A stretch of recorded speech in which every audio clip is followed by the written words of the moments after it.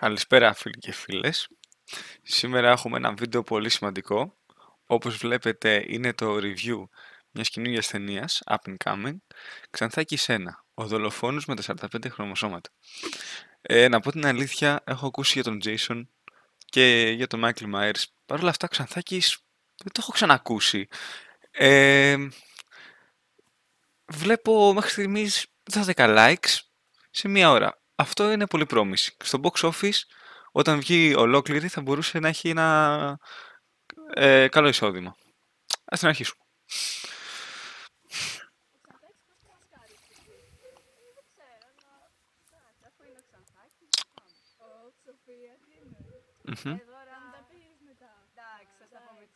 Μέχρι στιγμής δεν έχει εμφανιστεί ο Ξανθάκης. Ωπα ρε. Αγχώθηκα. Οκ. Κάνω μια παύση. Εδώ βλέπουμε ότι είναι μια από τις ταινίες όπου συμμετάσχει και ο ίδιος πώς λέγεται, αυτός ο director. Αυτό υποδεικνύει ένα χαμηλό budget. Παρ' όλα αυτά δεν υπονοεί μια κακιά ταινία. Συνεχίζουμε.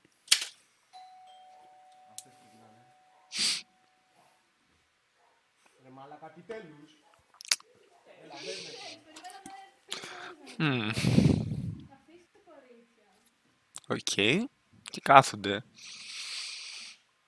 Κάνει ωραίο σαν Τόσο είναι ο Ξανθάκης. Οκ. Φαίνεται για παρθένος. Παίζει LOL σπίτι, δεν πειράζει.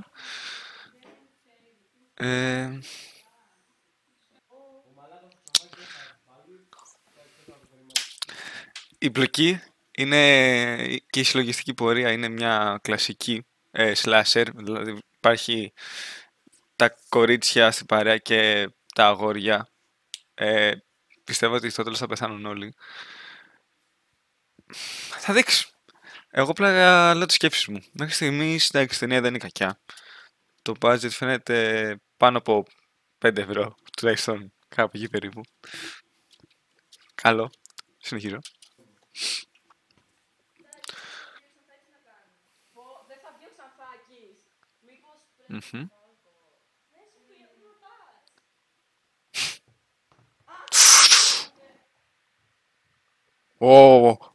Κλειστό.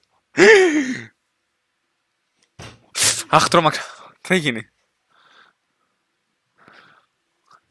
Φοράει... Τι πλούσα φοράει, Syndrome of a Down. Τι φοράει ξανά. Έχω... Κοιτάξτε τώρα, Κοιτάξτε. Με βλέπει. Τι γίνεται. Τι κάνει, μαλάκα.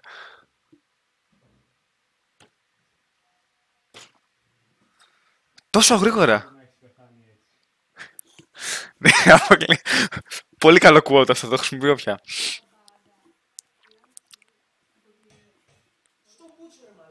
Τι γίνεται. Βγήκε από τη σπηλιά του. Σαν ένα γκόμπλιν αυτό. Τι γίνεται. Τα αυτιά μου, μαλάκα, τι σε έκανε. Τι βίασε. Τι στο μπούτσο, πώς έγινε καν. Νίγκα, what. Τον ευρίασε. Μαλάκα. Τι του έκανε. Θα επιδείξει τι κάνει, ρε. Είναι ηλίθια. Όχι. Θα την βοηθήσει κανείς ή τι θα γίνει. Χριστέ και Παναγία, έχει το Ξανθάκης. Όχι ξανθομάλα, ρε φίλε. Πάντα σε αυτές τις ταινίες σκοτώνει τη ξανθομάλα με το πιο χαζό τρόπο. Το μισό αυτό. Αξίζουνε δικαιοσύνη.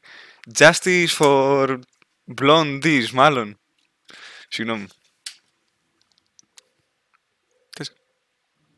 Τα μάτια της. Ξανθάκη, τι κάνεις, αγόρι μου.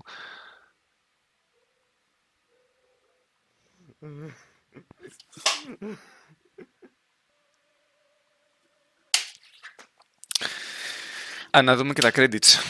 Βλάκας Ρένα. Ξανθιά η Άννα. Οπότε η Άννα ήταν αυτή που πέθανε.